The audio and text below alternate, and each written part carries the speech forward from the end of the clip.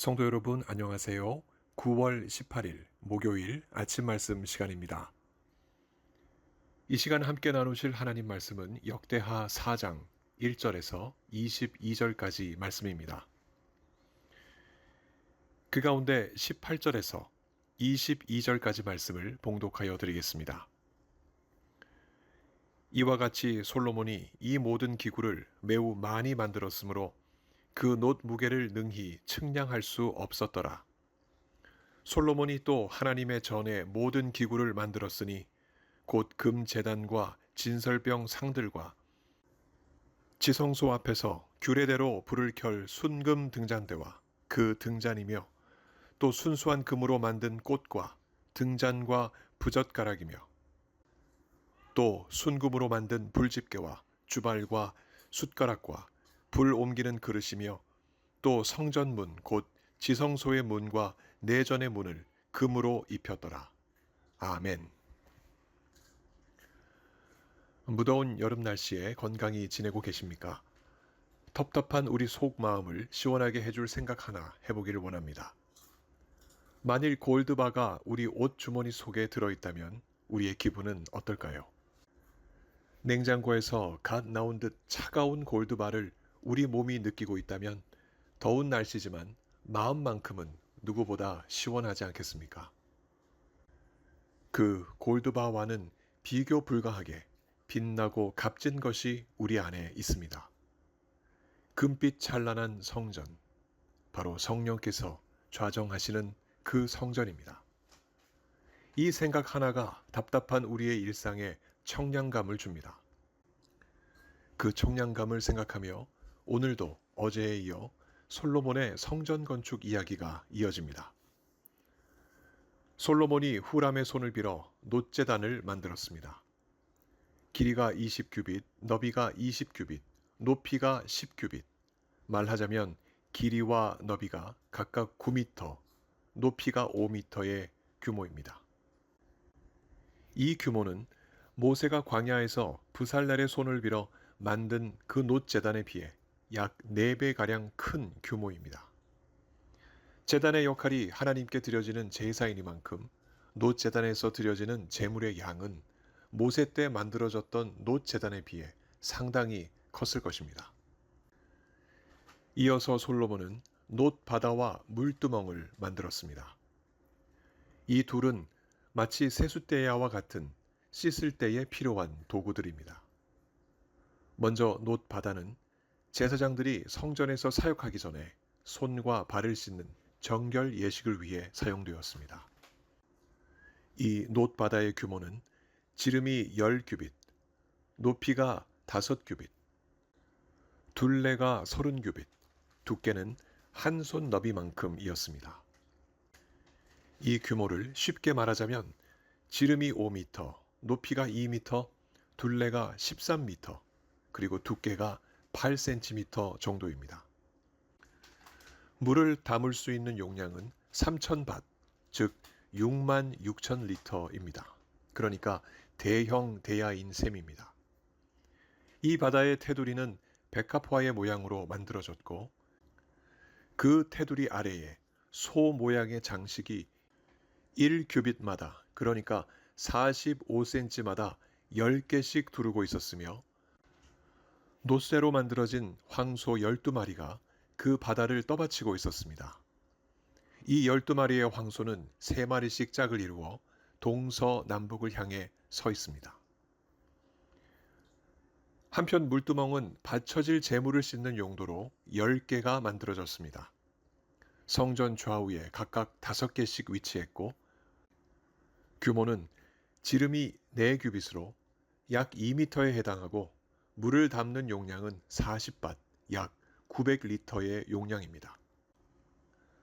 다음으로 솔로몬은 금 등잔대와 상을 각각 10개씩 만들어 성전 내전 안쪽, 좌우 쪽에 5개씩 두었습니다. 또 금으로 대접 100개를 만들었습니다. 모세의 성막에는 금 등잔대와 상이 각각 하나씩 있었으나 내전이 커짐에 따라 10개씩 제작하여 성전 내전 안쪽 좌우에 이렇게 배열을 했던 것입니다. 이 금 등잔대와 상에 올려지는 진설병은 여호와의 임재와 돌보심을 의미합니다. 이어서 솔로몬은 제사장의 뜰과 큰 뜰과 뜰 문을 만들고 그 문짝에 놋을 입혔습니다. 제사장이 머무는 제사장의 뜰에 바다와 물두멍과 제단이 자리하게 되었습니다. 이제 성경은 이와 같은 실제적인 성전 기구 제작자인 후람의 사역에 관하여 언급합니다. 후람은 놋에 관한 한 명장이었습니다. 후람은 하나님이 주신 재능과 은혜로 솔로몬 왕을 위하여 하나님의 성전에서 할 일을 이렇게 마쳤습니다. 그는 기둥 둘과 그 위에 올려지는 기둥머리 둘을 비롯하여 기둥의 머리를 가리는 그물 둘과 그 그물을 장식하는 성류 장식 400개와 물두멍과 받침, 바다와 그리고 바다를 두르는 소 12마리, 그리고 솥과 부삽과 고기 갈고리와 그릇 등을 만들어냈습니다. 그런데 참 흥미로운 것은 후람의 손이 만든 이 모든 성전 기구들을 두고 성경은 이렇게 표현합니다. 오늘 본문 18절입니다. 이와 같이 솔로몬이 이 모든 기구를 매우 많이 만들었으므로 그 놋 무게를 능히 측량할 수 없었더라. 비록 높은 기술력을 필요로 하는 이 작업을 후람이 실제 감당했으나 그 공은 모두 솔로몬이 취한 것입니다. 이뿐만이 아닙니다. 성전 내부에 쓰여질 금 제단과 상들, 순금 등잔대와 등잔, 금으로 만들어진 꽃과 등잔, 부젓가락과 불집게, 주발, 숯가락과 불 옮기는 그릇, 또 금으로 입혀진 지성소문과 내전의 문까지도 오늘 본문 19절은 이렇게 기록합니다. 솔로몬이 또 하나님의 전에 모든 기구를 만들었으니. 성경은 왜 이렇게 솔로몬이 만들었다 기록하고 있을까요? 이는 하나님이 솔로몬을 택하시어 성전 건축을 이루시겠다고 다윗에게 하셨던 그 말씀이 성취된 것을 의미합니다. 사무엘하 7장 13절에서 약속하신 이 하나님의 약속이 말씀하신 바 그대로 이루어진 것입니다. 말씀하신 바를 반드시 이루시는 하나님의 신실하신 모습이 여기에 그대로 담겨 있습니다.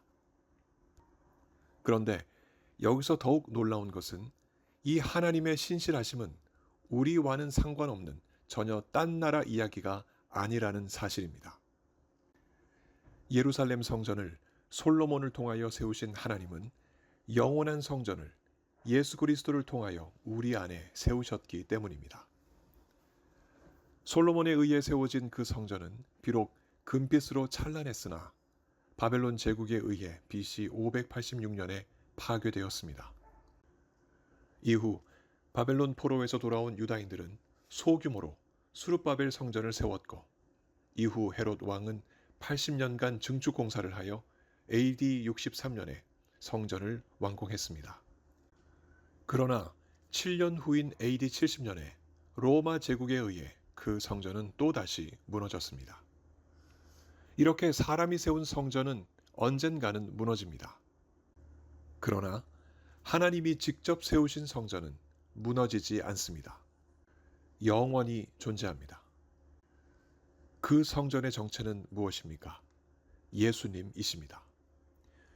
예수님은 이를 증명하시려 한창 공사 중이었던 헤롯 성전을 바라보시며 이렇게 말씀하셨습니다. 이 성전을 헐라 내가 사흘 동안에 일으키리라. 요한복음 2장 19절의 말씀입니다. 예수님을 죽이려 드는 자들이 실제로 예수님을 십자가에서 죽이더라도 예수님은 3일 만에 다시 살아나실 것을 이처럼 말씀하셨습니다. 하나님이 거하시는 온전하고 영원한 성전은 바로 예수님 자신인 것을 헤롯 성전에 자신을 빗대어 드러내신 것입니다. 예수님은 비록 돌아가셨으나 부활하셨고 승천하셨으며 재림주로 다시 오실 영원하신 왕이시니 예수님은 무너지지 않는 영원하고 아름다운 성전입니다. 바벨론이든 로마든 제 아무리 무자비한 무력 집단이라 해도 감히 쳐다보지 못할 만큼 만세반석 같은 성전. 명장 후람이 아무리 최고의 솜씨와 능력을 발휘하여 아름답게 장식하려 해도 감히 청사진 하나 들이밀지 못할 극강의 아름다움을 지닌 성전, 예수 그리스도이십니다. 그러니 이 성전을 품고 사는 이는 얼마나 복됩니까? 그 예수 그리스도를 구주로 믿어 그의 영이신 성령을 모시고 사는 이들에게 바울 사도는 이렇게 편지합니다. 고린도전서 3장 16절입니다. 너희가 하나님의 성전인 것과 하나님의 성령이 너희 안에 계시는 것을 알지 못하느냐? 이 놀라운 일이 우리 안에 벌어진다면 우리는 정말로 복된 사람임에 틀림없습니다. 우리가 이 복을 지금 누리고 있다면, 그렇다면 이 은혜를 입은 우리는 어떻게 살아가야 할까요? 우리 속에 이 성전이 있으니 우리는 이 성전에서 일하는 거룩한 제사장으로 살아가야 합니다. 성전은 거룩하고 아름다운 곳입니다. 그러니 그 안에 사는 우리 역시 거룩하고 아름다워야 하지 않겠습니까?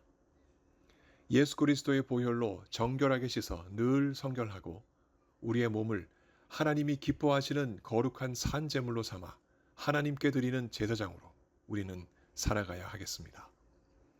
이 세대를 본받지 말고 오직 마음을 새롭게 하여 변화를 받아서 하나님이 선하게 여기시고 기뻐하시는 온전한 뜻이 무엇인지 분별하며 살아가야 하겠습니다.